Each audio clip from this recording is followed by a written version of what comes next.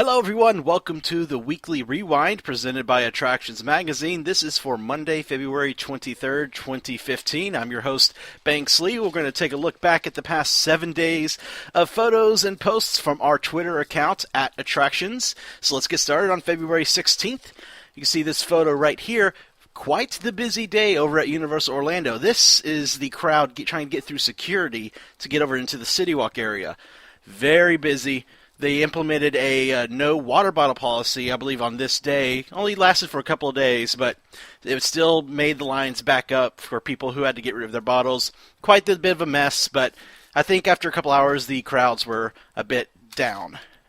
Over at Disney's Hollywood Studios, Paul Chatkin on Twitter shared this photo of the Oscar, the Academy Award, on display that guests could actually go up and get a photo with the statue in advance of the Academy Awards on February 22nd. Also on that Monday, we were over at a brand new Chuy's restaurant that was opening up over by Orlando International Airport. This marked the third Chuy's location here in Orlando. Moving over to February 17th, we were at a presentation over at the Orlando Eye at iDrive 360 to see the announcement of the grand opening, which would be May 4th, 2015. We also got a sneak peek inside Madame Tussauds, and they also revealed this brand new wax figure of Neil Patrick Harris, which will be inside the museum when it does open on May 4th. We also shared this photo of one of our hosts for the show, Alyssa, riding on the ET bicycle. This is also inside Madame Tussauds. You can see a look all around the Madame Tussauds Museum on last week's episode of the show for February 19th. SoCal Theme Park 360 on Twitter shared this photo of the walls up for Luigi's Flying Tires at Disney California Adventure. It was announced this ride was closing to make way for a brand new experience. On February 18th, we shared this photo from Elgo33 on Twitter of the Sorcerer's Hat dismantling progress. As you can see, one of the ears is completely gone, other one's starting to get taken down. That night on February 18th, we attended a special preview of Slava's Snow Show at the Dr. Phillips Center of the Performing Arts. You see lots and lots of confetti, snow flying out into the audience. Quite the spectacle there. Moving on to February 19th, we were over at Fun Spot America, the Orlando location, for the first day of the White Castle Crave Mobile. Lines were definitely getting long for people here in the Central Florida area to try possibly their first time ever a White Castle burger. Lines definitely did get quite long. People were ordering hundreds of sliders at a time. The line was getting up to, I think, 8-10 hours at one point. For the rest of the days, Fun Spot actually had to cut the line off extremely early in the day because too many people were in the line. It was very, very popular. I hope this is a sign that maybe White Castle will decide, hey, we need to build a location in Central Florida. Obviously, there is a demand. We'll see what happens in the future. Also on February 19th, Tom Schroeder, UOR on Twitter, shared this photo during the filming for Sharknado 3 at Universal Orlando. As you can see, people running for their lives outside the exit to the park.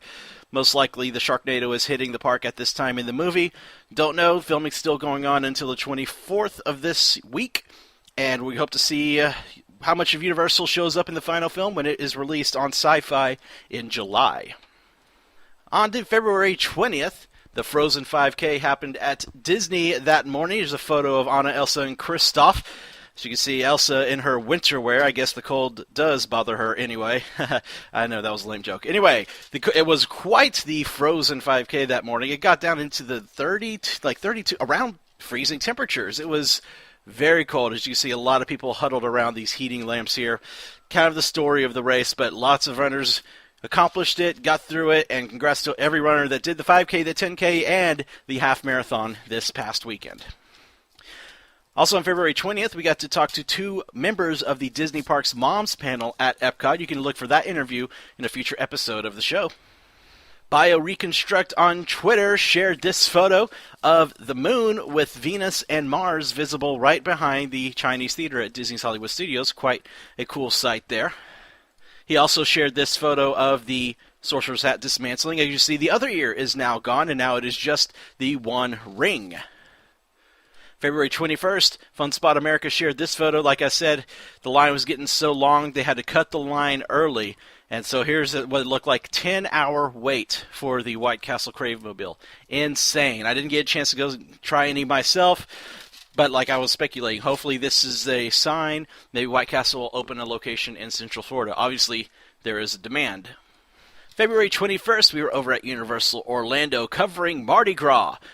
This will be on a future episode of the show. You'll see our segment on that. Kelly Clarkson was performing. There's some Vine posts of some of the food that's available, some of the dancing in the streets. Lots of fun is to be had at Mardi Gras. On February 22nd, Scarlett Ashley 1 on Twitter shared this photo of Genie meeting the runners of the half marathon in his I'm Going to Disney World outfit from the movie Aladdin. That is a cool character photo op right there. Also on February 22nd, Disneyland Paris announced that they're going to be getting their very first Run Disney event in 2016. I've already seen lots of my runner friends saying they're getting ready to save their money to go do it. Also on February 22nd, we were over at Legoland, Florida for their Lego Club weekend featuring Star Wars Miniland. It was the first time they've ever done this event, so we were checking it out and tweeting some photos. Here's construction on the Legoland Hotel. You can see the Lego Dragon has already been installed. And you can see some of the stuff that's going on around the park, like this Lego Club mural build. People can make their own little bricks and put it on there to complete the mural. Lego Darth Vader was out there meeting guests. And even some fans built some Lego model displays. Here's one that's based on the Episode 7 trailer with the triple-pronged lightsaber there. We also shared this aerial photo of the construction for Legoland Florida's new Heart Lake City expansion. It's supposed to be opening sometime this summer. Groundbreaking is well underway for that. And finally, on February 22nd, BioReconstruct shared this photo of the price board over at the Ticket and Transportation Center. This was the first day Disney had raised their prices. One-day ticket to Magic Kingdom, $105, breaking that $100 barrier. Well, that's going to do it this week for the Weekly Rewind. Thanks so much for watching. Hope you tune into the show this Thursday. It's going to be a lot of fun stuff to see. So until next time, we'll see ya. Have fun.